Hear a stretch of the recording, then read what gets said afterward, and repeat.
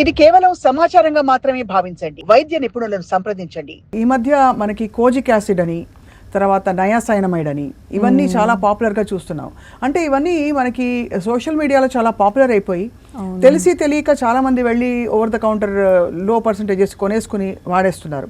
Is it advisable? చెప్పే kojic acid and niacinamide అనేవి plant extracts and they are very helpful. అంత హామ్ ఏమి ఉండదు వాటి వల్ల. కానీ ఇంకా అదర్ ప్రోడక్ట్స్ లైక్ హైడ్రోక్వినన్ అని మీరు వినే ఉంటారు.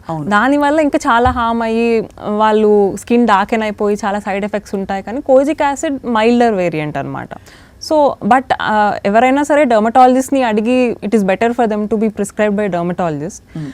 అదేంటంటే స్కిన్ని బ్రైటన్ చేస్తుంది in the long term. So but anything ఎక్కువ రోజులు వాడితే సైడ్ ఎఫెక్ట్స్ ఉంటాయి ఆబ్వియస్లీ. సో డర్మటాలజిస్ట్ దగ్గరికి వెళ్ళడం బెటర్.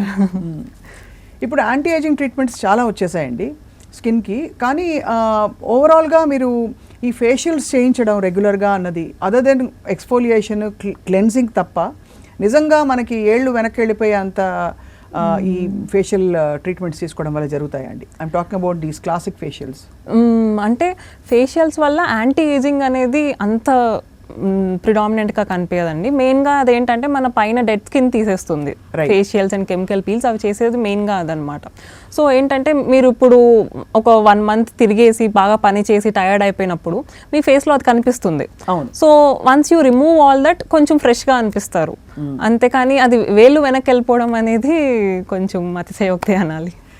ఏదేవైనా మీరు అన్నట్టుగా ఇంటర్నల్గా ఆరోగ్యం బాగుంటే అది స్కిన్ మీద కనిపిస్తుంది ఖచ్చితంగా. ఫస్ట్ గట్ హెల్త్ బాగుండాలి, అలాగే డైజెషన్ అండ్ అలాగే ఇంకా ఇతరత్ర మనకి కావాల్సిన ఫిట్నెస్ అది ఉండాలి, ఎక్సర్సైజ్ ఉండాలి, హైడ్రేషన్ ఉండాలి. సో వీటన్నిటికీ డాక్టర్ భావన మీరు చెప్పే చిట్కాలు ఏంటండి? What is a good regimen to have for somebody, for example 30 సంవత్సరాలు దాటిన వాళ్ళకి? సో మన ఆహారంలో మెయిన్గా అంటే leafy vegetables, eggs, protein food కావాలి. And daily calcium intake like milk, ఇది important. And like non vegetarians అనుకోండి, fish is very helpful, omega-3 fatty acids ఉంటాయి.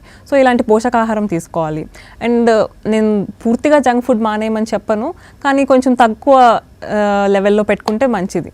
అదేంటంటే మనం 30 అయిన తర్వాత ముందులాగా మన బాడీ మెటబాలిజం కూడా ఉండదు, స్లోగా చేంజెస్ అవుతూ ఉంటాయి కదా.